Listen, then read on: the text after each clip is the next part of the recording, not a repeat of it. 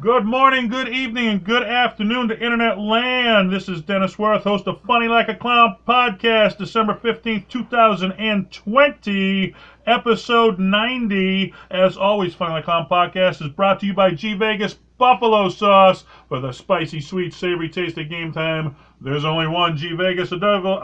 That's what he tried to say. www.gvegas.webs.com. We do comedy here, and on the phone, I have a Boston comedian from Russo on the Road, probably best known for hosting NECN's Dirty Water TV, Dave Russo. Welcome to the show. Hey, Dennis, thank you for having me on. And I got to tell you something. I'm into numbers, and now I just realized I'm number 90, so that's my episode.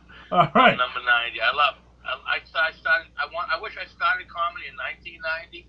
I started a little later, but I was definitely writing comedy back in that year. So how long have you been doing comedy for? All right. My first time on stage was I want to say August of 96, and my first paid gig, and I have the check, a picture of the check. I don't know why I have it. Probably souvenir, yeah, I got a souvenir. Probably didn't clear. But February of 97 was my first paid gig. All right, so what gave you the itch to get started in comedy? What made you want to try it? I was in college. My first class ever, Dr. Jane Elms Crayhall, was public speaking 101. I was good at it.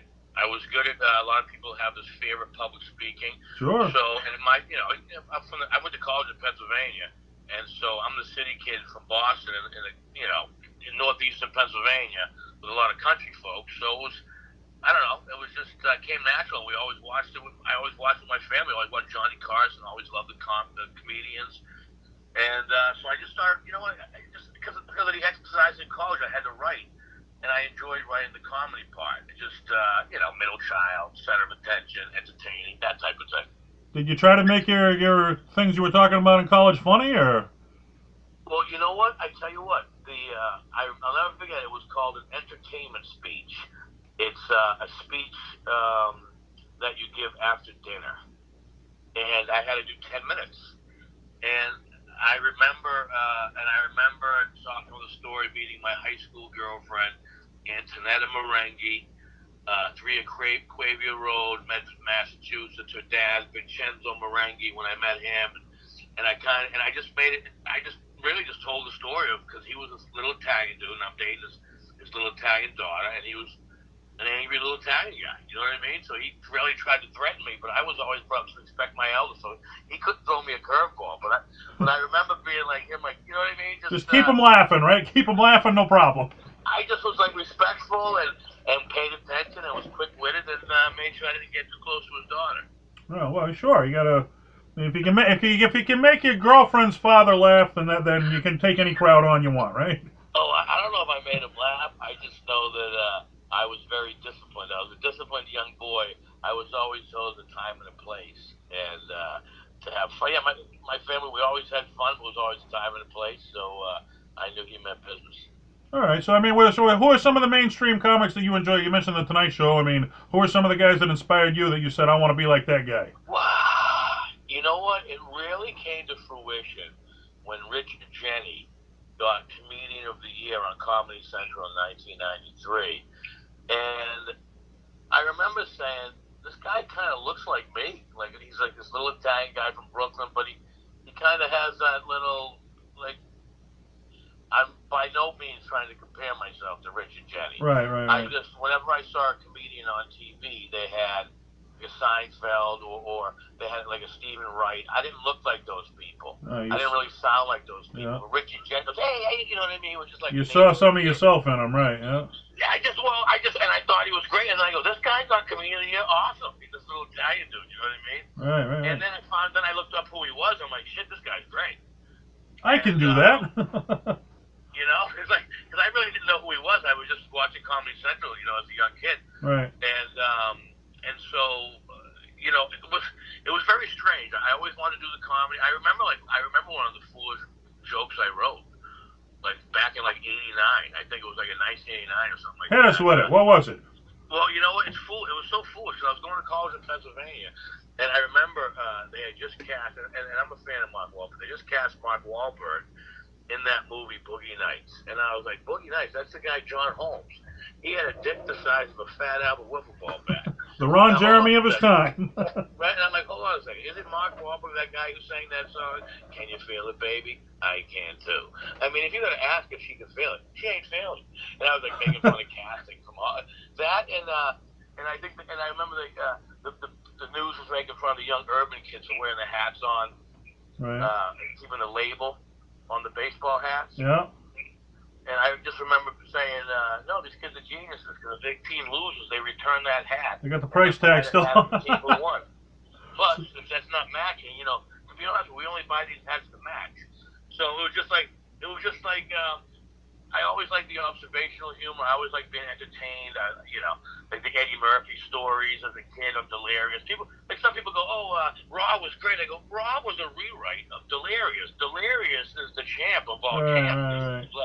So you like the blue material. I mean, how did that work out for you doing blue material? Were they accepting of it, the local crowds, or did you... Well, this is the whole thing. I don't know what it is, but I never really did blue material. Lenny Clark in like 2000, hey kid, you want to get a TV, you got to write clean. Don't do what I did, Jesus, you got to write clean. Right. And so, in 1999 /2000, I started writing, and also Stephen Wright said something poignant that I remember a while back. And he said, you know, Dave, if you're doing a joke that is a 6 out of 10, then you use the F word and it's an 8 out of 10, he goes, you got to make that joke an 8 or a 10 out of 10 without the F word. Whether it's the timing, whether it's the punch of the word. And so, you know, let's face it, Dennis. You know, when I came up, Patrice had just like kind of left town, and Bobby Kelly had already left town. And all the like Billy Brooks, I never met any of those guys. Dane, they already left town. Right. So it was like a new batch, and we were getting training from Gavin, and I mean, Jesus, Bob Seibel used to host. Love and, Bobby, yeah. Ryan Longwell was a phenomenal host. Right. Coming out, so it's like we got such great training. I don't know. I ADD in these conversations. I'm like talking about. I mean, if you're making money at what you're doing, okay, then that's half the battle right there. But I mean, do you ever feel like if you love doing the blue material and you start doing clean material, do you feel like you sold out, or was that just never nothing you wanted to do anyway? You know, I'm glad you asked that, because the buddies of mine in the hockey locker room, they go, dude, you're the filthiest person I know in the locker room, and I make them laugh doing dirty guy jokes like we all do in the locker. He goes, but I saw your act on TV, man. My wife loved you. I said, you know what, dude? I said, I don't know if it's because a time and a place, and I just happened to think maybe I got a little competitive. I'm like, you know what? I can make people laugh dirty, but everyone can. But who can make people laugh clean? Right. Not everybody can. And I'll throw my clean set versus any of those New Yorkers out there that I just do blue material. But you know, this is the whole thing. But I envy them because they have their niche. They're true to what they do. I just kind of always thought it was a little more fun and clever to do cleaner material. Yeah. Again, I love some of my dirty shit. You get corporate gigs, you get the big money gigs if you can work clean, if you can work both ways. You do cruise ships, I mean... You know what? I've done the cruise ships. I've done the colleges. I still ended up pissing somebody off. But you're still going to end up pissing somebody off anyway, you know? Well, yeah, I mean, nowadays, these kids are offended by everything, no matter... I mean, you could tell a lighthearted clean joke, they could be offended. How do you think that's affected comedy, where no matter what you say, somebody's getting offended? I like it better than ever. Do you? I like it so much more now, because number one, if someone's really that offended, I'm pretty sure I could probably take them. So right. Fuck them, I'll knock them out. And number two, I think it's an even playing field right now. Because let's face it, the comedy industry, I always say, and entertainment in general is the emperor's clothes. You know, one day this guy's hot, the next guy the guy's not. Sure. Like Louis C.K. at one point, you know, wasn't getting work years ago. Then next thing you know, he's the king of the hill. He owned comedy. Boom. Now next thing you know, no one even wants to mention his name. Right. And so, you know, it's so finicky, the industry. I think this is like, okay, now we're all in an even playing field right now. You know, I enjoy the comedy probably now more. I think everybody's a little more real now, a little more honest. And I know I definitely wasn't honest at the early beginning. I was, And then then you're like, you're right, shit, I Oh gotta make a yeah. living. He says, now the agent wants me to do, so I gotta write 15 minutes to clean. Now I'm booked in all the suburb rooms, and they don't want shit about the A train in New York, or they don't want to hear about Cambridge. You know what I mean? It's Yeah, just, they say the real life stuff is funnier than anything you can make up anyway. So. right, exactly. Well, you know what? Just like Jay Leno said, you gotta write faster than. I mean, like all of us, I'm sure you do. I know I do. With this iPhone, I probably write down at least one note a day, minimum. Right, You right. know, and you get to look through there. But Filter through it, yeah. yeah, but the comedy, like you say, is very. Right now it's subjective, and I mean, let's face the comedy's very much leaning one way. Yeah, it's different than the Eddie Murphys like we grew up with, where you could say anything and get away with it. You can't get away with anything now. No. And if some of the kids knew that the donkey from that little cartoon that Eddie Murphy played was saying some of the things they Shrek. said, they would go, yeah, he is a donkey. Yeah, way back in the day. Yeah, All but right. we love the Murph. We love the Murph dog. Of course we did. So you're getting started out in comedy. I mean, one of the biggest things around the Boston area is the Boston Comedy Festival. You not only entered, but you won the Boston Comedy Festival. What was that like winning that for you? Well, I'll tell you what. It was definitely timing, and they say in life, and timing is everything. Sure. I had been doing comedy. It was 2000. It was the year 2000, and it was the inaugural Boston Comedy Festival. They had about 80 enters, 80 comedians that entered. So this was the first one they ever did, right? The first one they ever had, yes. And like I said, there was 80 entries. Yeah. Some guys, and there was some headliners in there. You know what I mean? There was some legit comics in there. And the funny thing is, you asked how it changed my life. It really helped a lot because I had gone. We had to pick out of a hat, Dennis. Not a lot of people know. Some of the younger kids, some of the older guys do, but we had to pick out of a hat. There was 15 people on the quarterfinal. We had to pick out of a hat. I drew first out of 15, and I ended up winning that round and moving on. And then in the semifinals, I drew first out of a hat. Tough spot going first. Taking a bullet. And then in the finals, you can't make it up. I drew out of a hat. I drew first. So I went first in the quarters, the semis, and the finals, and I ended up winning the inaugural Boston Comedy Festival. Yeah. You set the bar, and nobody could top it after you. Wow. What's that? So you set the bar right off that night, and nobody could top it after you. I tell you what, if I were to tell you the story about that, it just like I said, timing and what at the time things were just. There was a guy by the name of Al March. So the founder is Jim McHugh, of course, okay, and John Tobin at that time. So the finals was at Nick's Comedy Stop, and the place was packed. It was 5 finalists, and so Jim McHugh had Al March, do the rules at the beginning of the show. So Al, I said, Al, make sure you please tell these people, turn off your cell phones and your beepers at the time, I had known I drew first, and I also knew that my first joke was about having a hard time getting in touch with people with today's technology. So it just worked out real well because Al March went up, a seasoned veteran comedian at the time, did the rules, the first boss, these are the 5 of the, he really milked it. He really milked it. Yeah. And so then Jim McHugh went up and did 12 minutes. So, yeah, I went first in the finals, but it was really like I was the featured act. Right. And you know and I know when you're in comedy, if you go up second, you better bring it. If you bring it, you should. So it ended up working out really good in my favor because Al was saying, turn off your cell phone, electronic device, we're videotaping this thing, blah, blah, blah. And then and my opening joke was, at the beginning of the show, the management asked all of you to turn off your cell phones and electronic devices. It's 2000. You're having a hard time getting in touch with people with today's technology. And I did this with my brother giving me a call at the house, 718-686-46. If I'm not there, you can text me at 1. But try my cell phone. That number's 212-815. Right. Doesn't work. Voicemail number's 1-800. You know what? Fax me at 1-781. You know what? The hell with it. Just come on upstairs when you get home.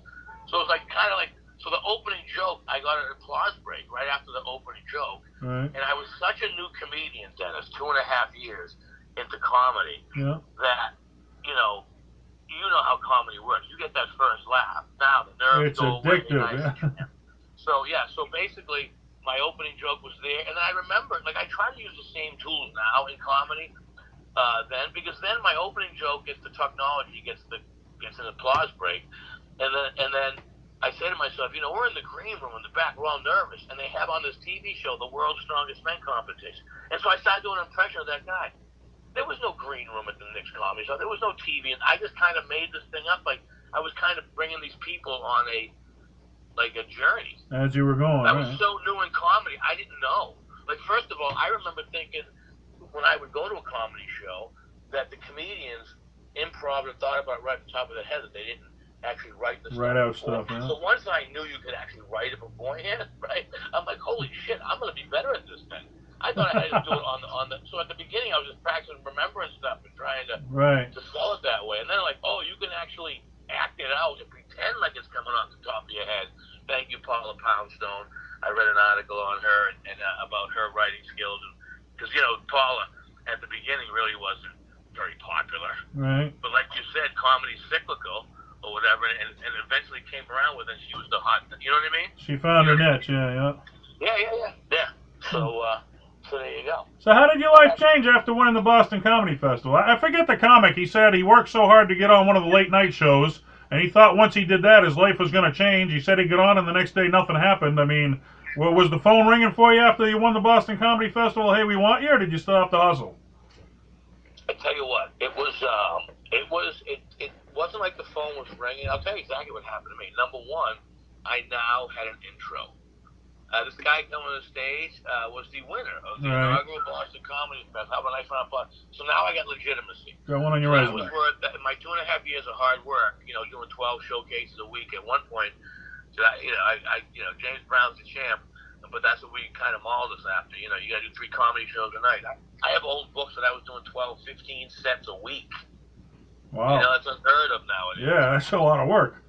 But I lucked out, dude. I had a great day job, and then the showcases were. I lived right near the Comedy Palace in Andover, so Ron Sauber took care of me good. I got good training by Gavin and these guys will keep you time. Tip the weights. The whole drill. Like I said, I just thought it was at the right place at the right time. Sure. With the comedy, but how it did change my life is that I ended up getting a college agent. And I booked like 46 out of 52 colleges at one NACA. I ended up talking to Roy Rosegarden and Ray Romano's manager. So I got like a little bit, my name got out there.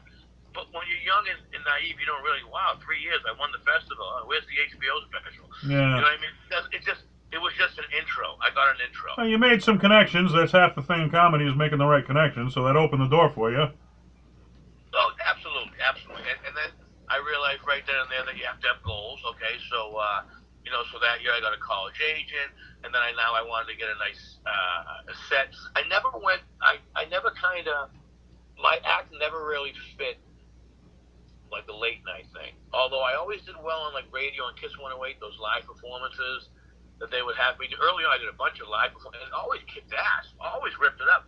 But for some reason, they never really liked me to be on, or I never really got accepted to do the TV sets, which is definitely a different animal, as you know.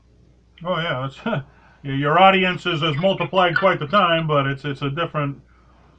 See, I always thought my act would be easy because for these late night shows, maybe not so much if they're filmed in LA, but more in New York, because New York, all the audience members are really like people from like Middle America that are just like touristing out there. LA, you might actually get more actors and actresses out there, so It's a little tougher crowd.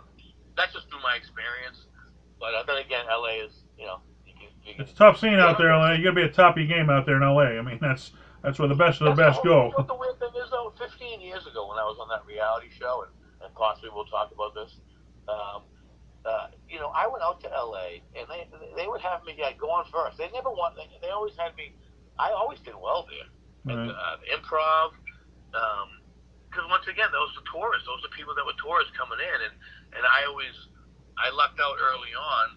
Boston was a tough. You had to work the suburbs, and you had to work Nick's Comedy Stop. Right. Nick's Comedy Stop. My youth carried me at Nick's Comedy Stop because I was talking about kids of that age group that were going to Nick's Comedy Stop. Same thing when I was in LA.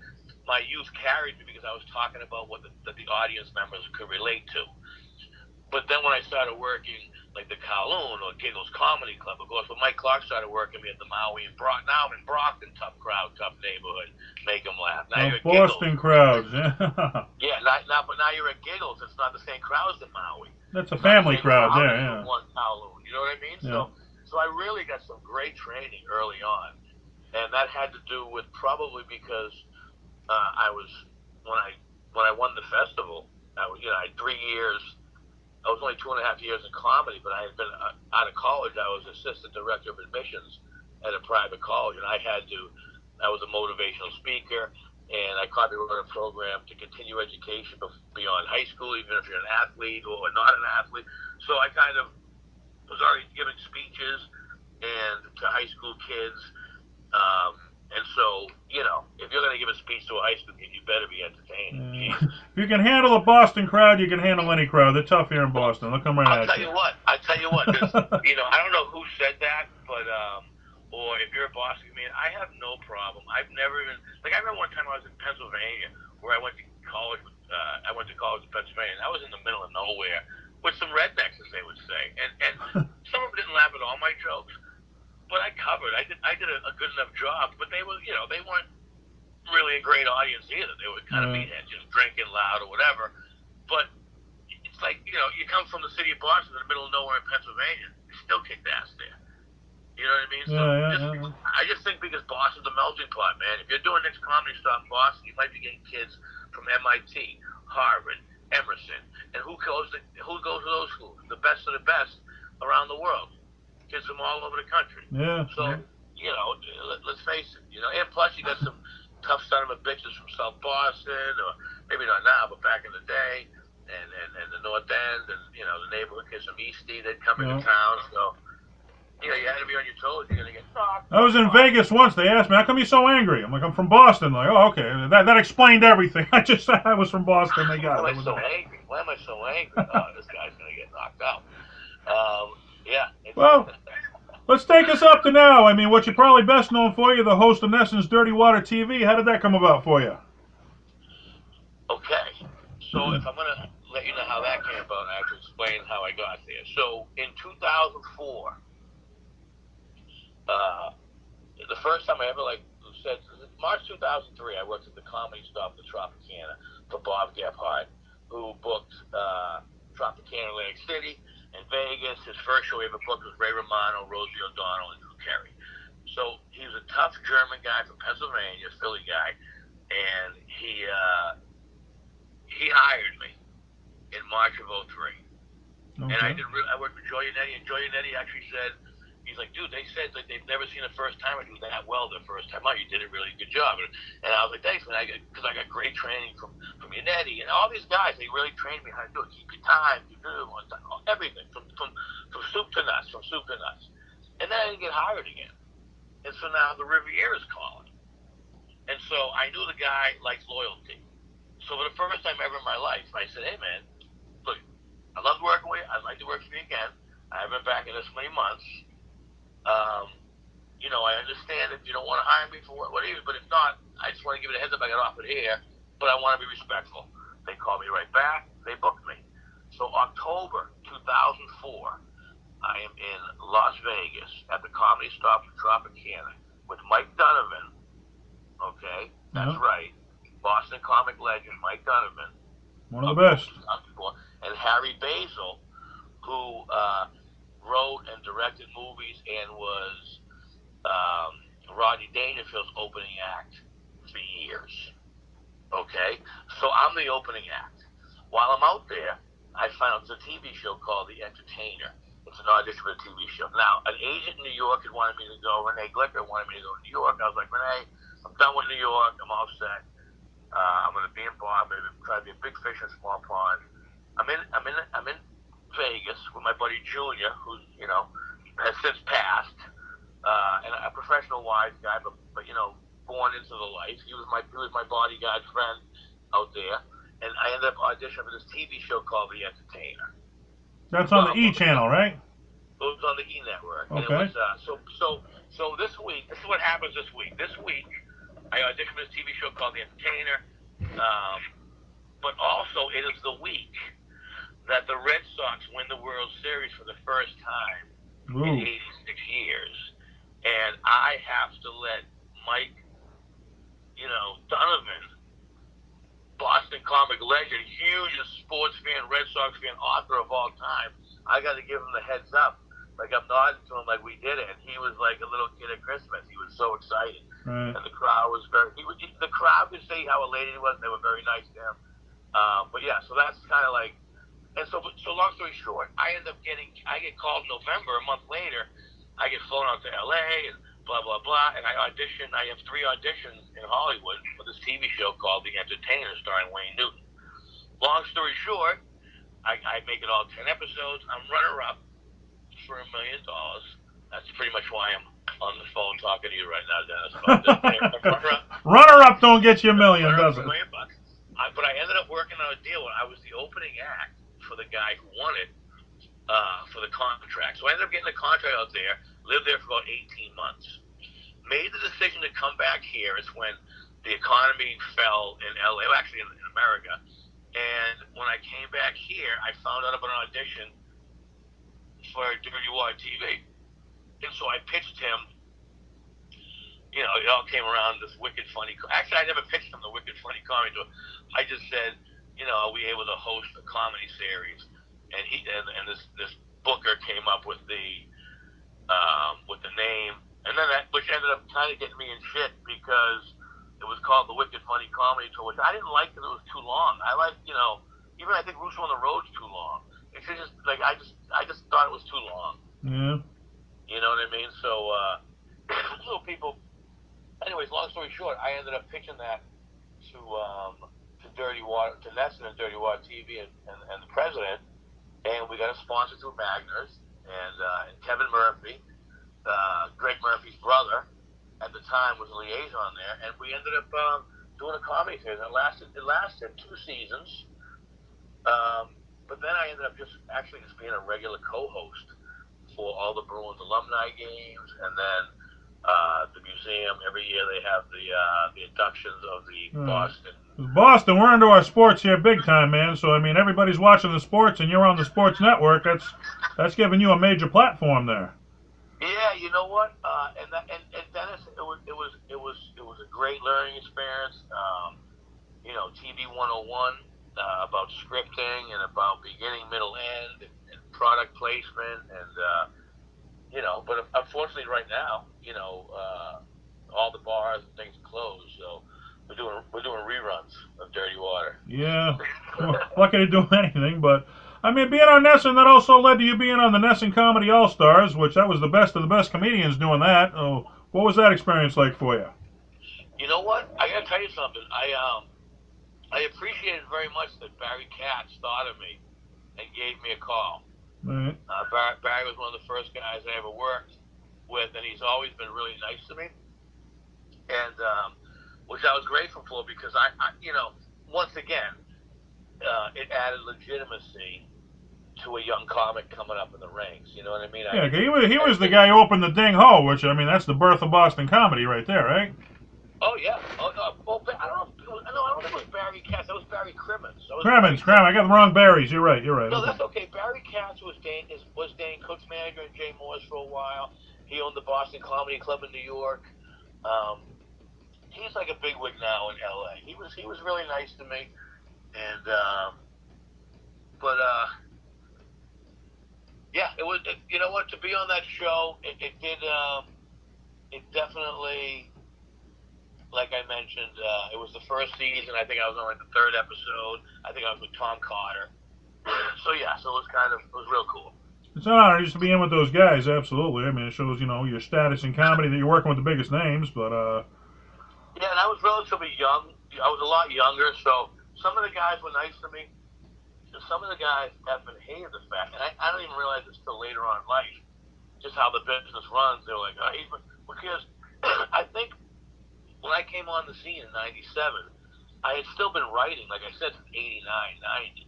I just never put it on stage. And then I was also doing So I think people thought, wow, this kid's only been doing comedy 2 years. He thinks he's so Yeah, I good. hear you. In reality, I've been practicing for about 8 years. Right.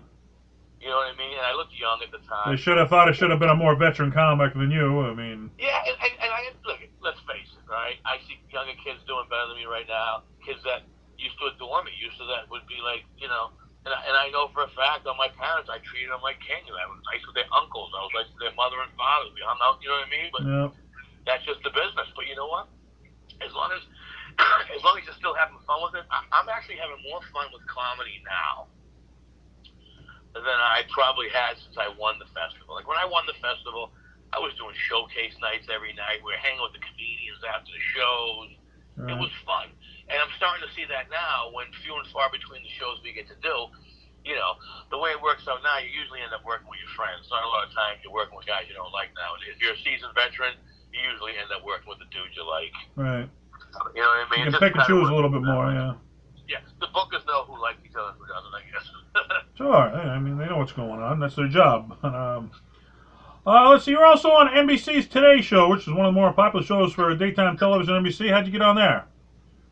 Well, the NBC Today Show is another one of those things where back in the day, I probably should have mentioned, I was pretty relentless back in the day. Like I went to every open mic night, every showcase. There was an audition. I made sure I got on it. And one of the club's Motley's was doing something, and I gave a shout. Hey, you mind if I do a set? And he brought me on, or somebody called me and gave me the heads up. Anyways, I did pretty well, and so they ended up using me instead of the other guy they were going to shoot. So I got in trouble for that one. Oh boy. But and I laugh at it now because it was, you know, I had, you know, there was no tensions, no malice, nothing like that. Yeah. It was like, oh, there's an audition, let's go do it. You know what I mean? No matter what you do, someone's going to be upset. So you just do what you want. Chips I'll fall tell where you they may. I'll tell you what's even like that. Don Gavin tells me a story. The godfather of Boston comedy, who has been a great mentor, a friend, and has been awesome to me. Talked to him yesterday. He had said that when Conan came, he was supposed to be a shoe-in. They were coming to just take a look at his set. Instead, they took Dizzy. He goes, "What the hell, man? I got him on the audition." Yeah, right. You know what I mean? So it's the business. I didn't maliciously go out there and do that. As a matter of fact, I think I just happened to have a joke that just happened to be timely. Like I said, what I said at the beginning of the thing. Anything I've ever gotten in this was through hard work and good timing. Let's be honest. Well, sure, yeah. I mean, look at Letterman. Letterman gave Jay Leno his break, and Jay Leno ended up getting the Tonight Show. So I mean, you know, what can you say? They both wanted it. Leno got it. I tell you what, I probably would have fought. Yeah, of course. I'm not from Indiana, but on Andover, where he grew up, yeah, I definitely would have fought. I'm from Malden. I would have been fucker, you're coming out. But yeah, I tell you what, I enjoy. I did want to give you a shout out though. I did want to make sure I mentioned this. About 5 years ago, and I had never even met you. I don't know you. Follow you on Facebook. My godson and my sister were going through something pretty tough, and Mike Clark was like, "We're throwing a fundraiser for your family, blah blah blah blah blah." Because I had helped them out financially, and I was kind of getting tapped. And you donated, if I'm not mistaken, you donated classes for like karate and or like the I almost said the MMA type fight. Is that correct? Kickboxing, right? Kickboxing, yeah. I was tripping over my tongue. So I really appreciate it. Now, do you do that as well? Well, no, I mean, I got a lot of connections. I mean, I book comedy in central Massachusetts, so I always get somebody donating somebody. You know, I got a lot of connections of people willing to donate stuff, so I try to put them in the right direction. But I'm like you. I mean, I love helping out, which, you know, lead me into my next thing. I mean, I get a bigger charge out of helping out charitable organizations than I do in the regular shows because I love to help out. But you perform with the USO. You're part of Comics Come Home, which is probably the biggest charity comedy thing going on in Massachusetts. And well, what gets you involved with all the charity gigs like that? You know what's strange? I've wondered about that recently, and I remember early on, probably like 97 or 98, 99, early on in my career. I think someone was being deployed from my neighborhood, like a young kid who was like part of like the neighborhood. Right. And so like, hey, why don't we do a comedy show? And I don't know how it went about, but it was such a great time that it just continued. And then, quite honestly, we started earning a living doing fundraisers. And then it just kind of been part of the thing. We saw how useful comedians are. We've probably done fundraisers. I would say in the 20-something years I've been doing comedy, you figure 20 a year, what's that, over 400 minimum. Right. I mean, we've done shows for diseases we can't even spell. If we were going to get $1 million, we spelled it right, and we did a show for them. You know what I mean? Babies and kids and families and firemen and policemen and military, the blind, hearing impaired, visually impaired, cerebral palsy. I mean, Jesus, and those are the ones there's some horrible ones out there. Well, I would say it's a win-win. You get to help people out, and you get to do what you love to do, so nobody's losing it. It just kind of comes with I mean, like, how do I get involved with it? It's always like, well, Jesus, let's get people. I mean, I don't know. Maybe it's an Italian thing. It's like when shit's going down, get everyone together. Come on, we gotta throw a party. We gotta help. That's it. That's how you. It's the old school. You gotta do it like that. Yeah. It is kind of weird that you said it because I did get to do Comics Come Home, which was great. But I gotta tell you something. What was a thrill for me, and last year, because rest is soul. So Travis Roy, I'm a hockey guy. I've been playing hockey since I was 5 years old. Season ticket holder to the Bruins. I'm an honor roll Boston Bruins alumni skater. I skate with the Bees alumni, Middleton, Bork, Terry O'Reilly on a regular basis, Kenny Hodge Jr., all those guys, right. all those guys on a regular basis. And I hope I don't lose my train of thought on this. Oh, so 3 years ago, Jimmy Tingle, who I don't really work with all that often, but I know of him. I know he's a legend. Oh yeah. Asked me if I could help out his buddies' sons. They're hockey players. One of them's doing comedy. Can you help out? So it was these young kids from BU. All right, Tommy O'Regan, who does comedy. Okay, so Tommy O'Regan, his brother, and these guys are like they play for Harvard. They play for BU. They're in the pros. They're not like young kids. They're professional hockey players.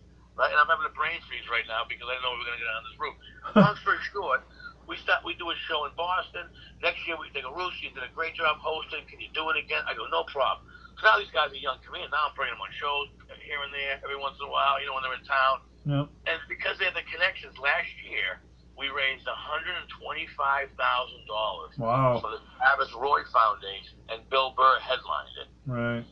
And so that was like, I know the Comics Come Home thing was huge, but the Travis Roy thing, I mean, I'm a BU fan. I'm involved with the Mark Davis Foundation. He was on Flight 11, 9/11. So I've been with the BU family for a while. Yep. So once again, timing and Jimmy Tingle going, hey man, can you help me out on a Sunday? No problem. How much do you want, Russo? I go, hey, the young kids will work it out. Don't worry about it. That type of thing. So it was really just, it came together nice. Jimmy Tingle, one of the best selfies I ever seen. He did He did one of the foundation shows, and he had Don Henley from the Eagles and Billy Joel and the selfie with him at one of the parties. I'm like, damn, to be in that picture with those two guys. Wow. It was the Walden Woods Foundation. That was the Walden Woods, where they're trying to save the forest up there. Oh, okay. Yeah, they were doing that, a comedy show for that, and I know Don Henley of the Eagles, he's the guy who puts that together. Who's your biggest photo or what have you with like a famous person? Well, I'm a huge Sam Kinison fan. He's the guy. He's the reason I got into comedy. And I mean, wow. I got to fly up to Alaska. I got to open for his best friend Carl LeBove, which was I could never open for Sam because he passed away, but I opened for Carl up in Alaska all week, and then I got some friends of some friends. I went out and I met his brother Bill out in L.A. and I went over his house. He actually let me sleep over his house. Pulled out all of Sam's coats and stuff from the Comedy Store and everything. You're talking about Carl LeBove, right? Carl LeBove, yeah. So we're friendly with Carl. Carl's a regular and a favorite at the now comedy, the Laugh Factory, the Tropicana. He's actually in the hospital right now. Yeah, he's going through some tough times right now. He's not in good shape, but he's got good spirits about it. He's trying, he's fighting it. So. Yeah, no, we've been praying, and a lot of the community has come together financially with him. Right. The reason why I bring him up on that one is that he's very well loved, and that's kind of weird because I didn't know the legend of Carl LeBove. If the people that are listening, he's from the Legends of the Outlaws? The Outlaws of Comedy, Houston, Texas, right? Bill Hicks, Sam Kinison, Carl LeBove, and funny enough, they said coming up that Carl was actually funnier than Sam. I mean, Sam, he had the timing, the gig with Rodney Dangerfield that made him famous, but They say in the Houston days, Carl was the funniest guy of the bunch. Well, I mean, he's still doing it. Yeah, He's oh still yeah. funny, and he's definitely edgy. Definitely. I mean, not right now. He's not. I mean, as of pre-COVID, I had worked with him. Well, I shared the stage with him at the Laugh Factory. Now, we had talked earlier, not to jump around, but just to bring how the world works. The comedy shop, the Tropicana, is no longer the comedy shop, the Tropicana. It's not a Laugh Factory. Laugh Factory, yeah. So the gentleman that I worked for from 03 and 04 when I caught my break no longer books it or owns it. A whole new company. Now in comedy, you realize how that works out. A new company comes in, you're not on the roster anymore. You don't get booked. Right. It's a whole new game. I spent 15 years working at that club, and then guess what happened? You're back to square one. Yeah, but guess what happened? My friend Harry Basil, remember that name, Harry Basil? Yeah. Who I said produced the movies and wrote movies. It was Roddy Danger's opening act. Yeah. And the guy that was headlining the week I was with Mike Donovan when I got my break. Once he got it, he hired me. He remembered you. There you go. Yeah. No, you want, and I have to tell you something. We talked about earlier. Some people might be nice to them, and then they don't. What do you call it? And then when they get famous, they don't help you or anything like that. Yeah, they forget where they came from. Yeah. So he hired me, and he said because he remembered. Because that week when I did the audition for The Entertainer, I said, "Hey, Donovan, they're auditioning for entertainers, for comedians. I can get you an audition." And I said to Harry, because Harry's act is very much like The Entertainer. It's very visual. Right. He goes from Superman to Robert De Niro. He does the movies. And so I said, "Hey, man, they're looking for you. You might want to audition for him." And I didn't realize he was a producer, and he already knew about it. So I kind of think that's the Boston way, though. We kind of, if I don't get it, maybe you'll get it. That type of thing. You'll be happy for each other, yeah. The young kids don't get that, but the older generation, we get it. We can be happy for each other, yeah. Yeah, and you know what? And so he kind of never forgot that, and his wife's cool, and I got to spend New Year's Eve with him and his wife, and Rich Little, 2020. I was with Rich Little, and 2 days before that I was with Dice Man. How funny is that? Rich Little goes, New Year's Eve, I'm meeting. He goes, "Look out for your wallet. Watch your wallet. Watch your wallet." Sure. I got no money in my wallet, but it's an ATM. I mean, you're a lot of the hall shows. You're up to 300 people, 400 people. But I mean, Comics Come Home. That's in a stadium. That's in the TD Bank North Garden. That's where the Celtics play, the Bruins play. I mean, what's it like playing a stadium like that? As compared, I mean, is that the biggest show you ever been on? Well, you know what? I've had a little bit of practice. I got to open for the Bare Naked Ladies at the Songus Arena in front of 7,000 people for the families of 9/11. Okay. So which helped me. I got to host that show, so I kind of was on stage like 5 or 6 times during the evening. How did you do? That's got to be like a whole new nervous level. I mean, when you hit that many people, your nerves got to go up, don't they? Yeah, no, absolutely. But that's why I want to share with you how. And so I had done that before, so I had learned you have to kind of look out to the farthest point and wave to them and make eye contact. So I knew I was going to do that for Comics Come Home. Right. The other thing was I had to follow Nick DiPaolo. Now, Nick, as we know, I'm a fan. He's edgy. Oh, yeah. And so Nick was saying, "Geez, I've been taping this movie. I haven't really been on stage in 30 days. I'm a little rusty." And I was like, "Fucking good." Good for you, right? I'm like, "Please." So, he's edgy. So if you like Nick, you love Nick. You know what I mean? He's quick. Nick's quick. Very genius, yeah. But don't forget. So he was doing some jokes. It was at Penn State. It was when that guy from Penn State was assaulting the young boys with Sandowski or something like that. Yeah. So he was like crushing on Sandowski. And obviously, if you're going to talk about that type of topic, you might turn off some of the people. So it kind of worked out real well that Dennis brought me on because Lenny Clark couldn't be there. And I said, "Listen, I don't really." My opening line was like, "Hey, I really don't do." I think it was about the firemen, so I did a joke about the fire alarm for the firemen. My grandfather was an arsonist, so it's a quick little joke. I got to laugh. And I said, "Hey, like the other guys, I don't really do a lot of negative jokes towards women. Like I really went because they were all bashing. You know what I mean? And I'm kind of like middle America, middle of the road. So it kind of worked out good. That I was like, I don't do any negative jokes towards women. First of all, I'm single and I need one of you people. And so I just kind of it just kind of worked. And then I did a whole bit on homeschooling, which was kind of relative at the time. I'm the opposite. I went through a bit of divorce, and I do a lot of jokes about one. Right. Yeah, no, exactly. No, but that's the whole thing. So so they had seen they had already seen 3 or 4 guys bashing on women, so I kind of went the other way. Right, So right. like I said, it was timing. Made Once you again, stand out, yeah. I said, it was just because I was like, fuck, this could be bad, man. Right. Because I'm clean. I'm gonna go after a dirty guy, and it just worked nice. Just worked nicely. That's all. There you go. You know? Well, what I wanted to talk about here, I mean, it's a local show out of New England, and I've been in the food industry for 30 years. I had a local television show called The Comedy Kitchen. It was about cooking, but you were actually on one of the big New England shows, The Phantom Gourmet. Was that at a Giggles Pizza Shop you did that, I think? We did. We did. Phantom Gourmet. We showcased Mike's Roast Beef, Giggles Comedy Club, and we did Kelly's Roast Beef.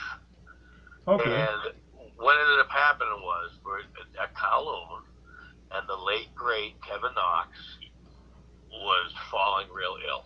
Yeah. And he couldn't perform. So I was on stage, and I was supposed to bring him on, and he didn't show up. And it was one of those nights. Timing was everything. I happened to be in a good place. The audience was with me. So I really did a nice job that night. Eddie Annam was there, of course, Dave and Dan Annam were there. Big Party, Don McCarthy, who I love, who I still work with to this day. I just did the Big Party, David Ortiz, I Heart Foundation. He plans all his events. He just happened to be there.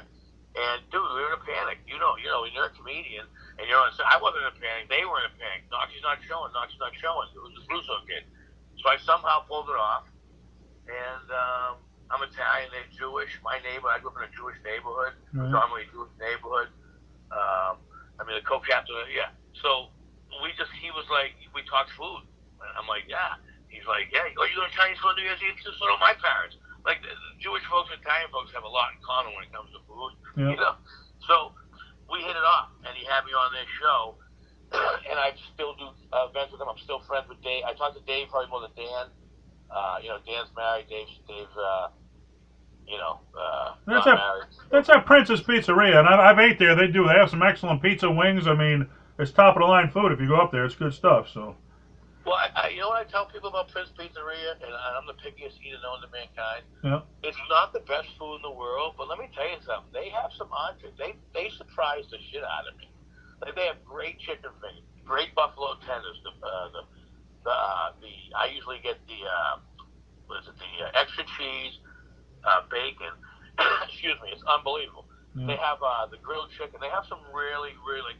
The quantity was what got me. I mean, geez, usually you get some buffalo wings that are like a side dish. You get a buffalo wing, it's a full meal, and you got something to take home. I mean, the amount they give you killed me. Yeah, no, they do a nice job. That's the whole thing. They definitely know how to. And you know, look, I've been there 20 years. I've been in the back of there. I've been in there, walked through their kitchen 1,000 times. Right. The place is spotless. So it's like I always feel safe when I'm there. Anyways, that's for sure. All right, so you've been doing comedy over 20 years. You've been on some of the biggest shows in Boston. You've traveled the country. You've seen a lot go down in comedy. All of a sudden, this pandemic hits. How's that changed comedy for you? Well, at the beginning, quite honestly, I was probably the happiest person in the world. Why is that? I was like, I need a vacation. I hear you. We're doing shows every single day, every single night. At the time, I'm a licensed fire inspector. So I do inspections at restaurants. Okay. And which has to be, most restaurants need to be inspected every 90 days. So, so I have consistent work. And then it just all shut down. And then I realized, oh, great, no traffic. I'm not married, no kids, not gay. I have all my own hair. I have car insurance. I don't know what the hell ladies are looking for. But, yeah, I live alone. Living the dream.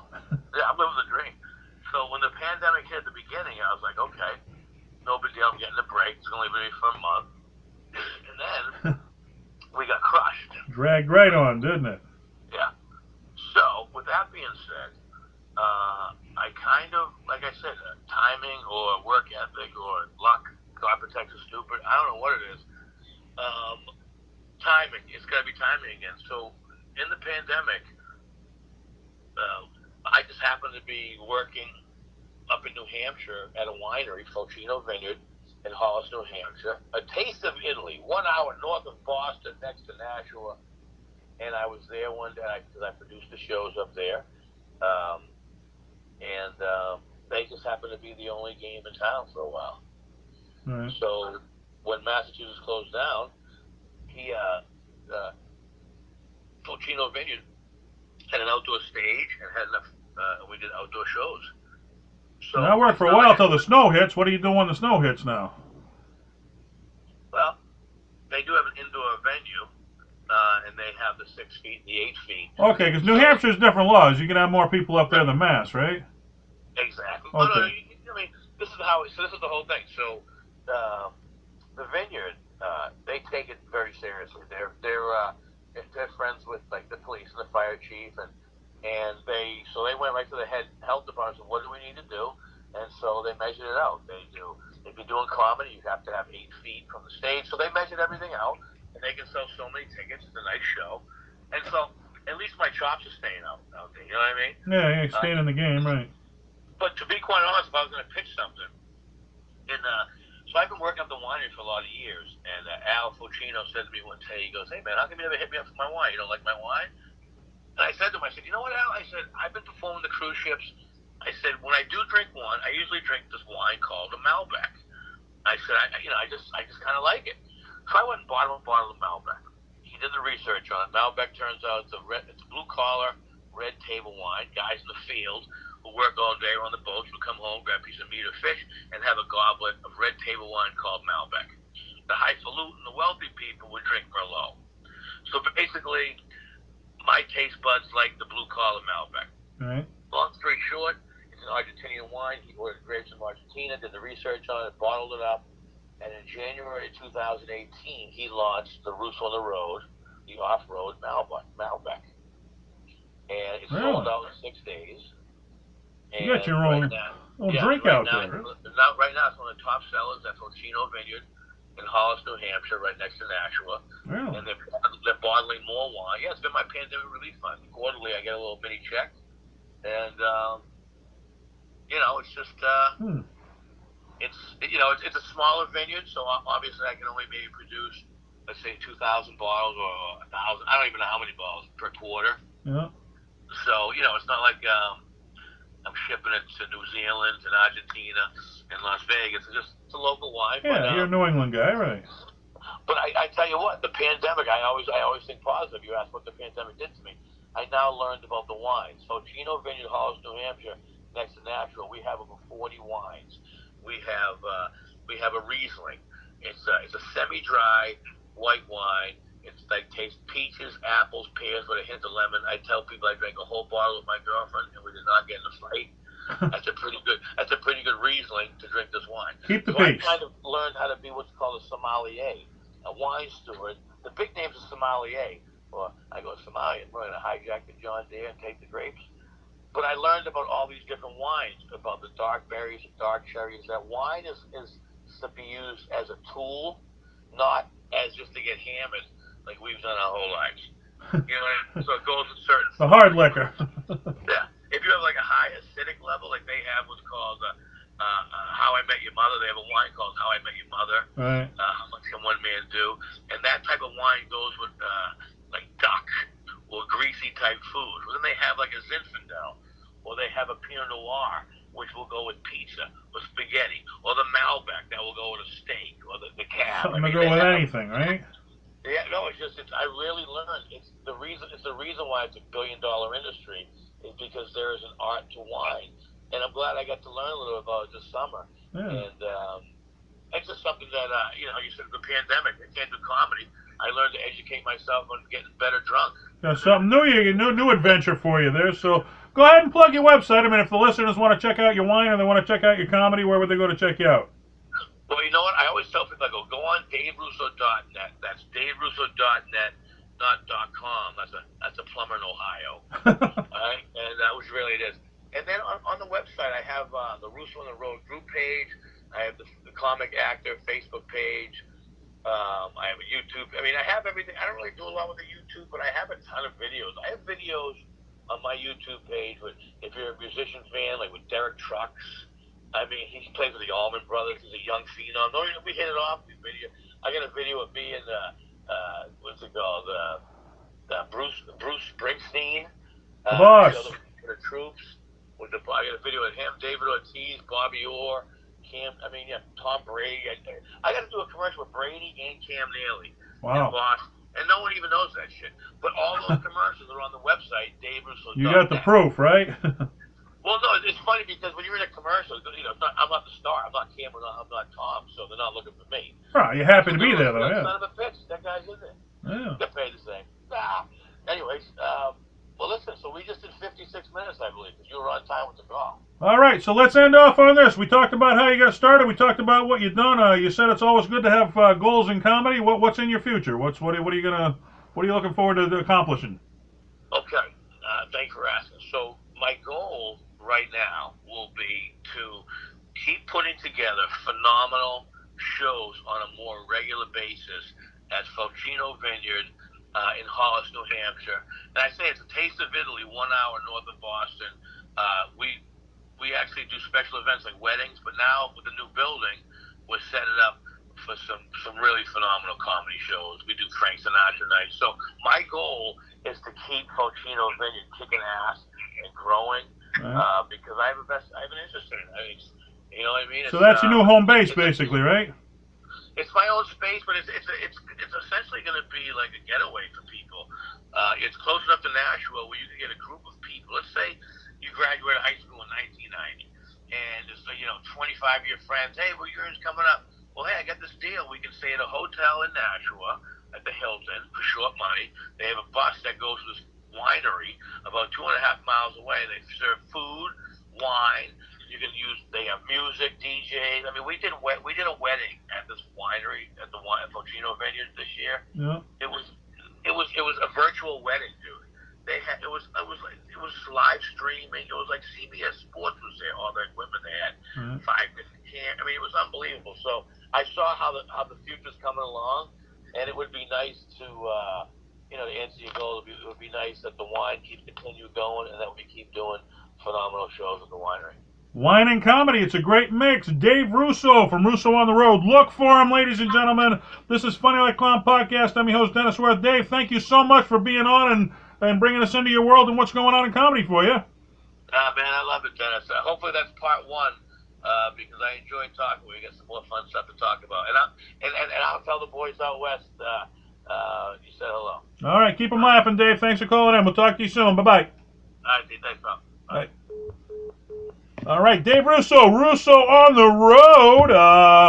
Winner of the Boston Comedy Festival, NECN's Dirty Water TV, some of the biggest shows in Boston, and now I can see wine and comedy going to good perfectly. I mean, geez, you sit down and watch a comedy show, order a bottle of wine, and just get tuned on the wine while you're watching the comedy. That's a perfect combination. So, if you're going to tap into the comedy money, you tap into the drink money, and look for him up there in New Hampshire at the winery. Great stuff, Dave Russo, and a legendary... the next generation after the original legends at the Ding Ho comes the next legends, and Dave's probably leading the way in that category. What an honor to have him on the podcast. Hopefully we're keeping you informed and keeping you laughing about comedy. Laughter is the best medicine. Till next week, we'll have on another famous comedian, and we'll keep the fun going here on the internet. This is Funny Like Clown Podcast. I'm Dennis Wirth. Tell a joke this week. Good night.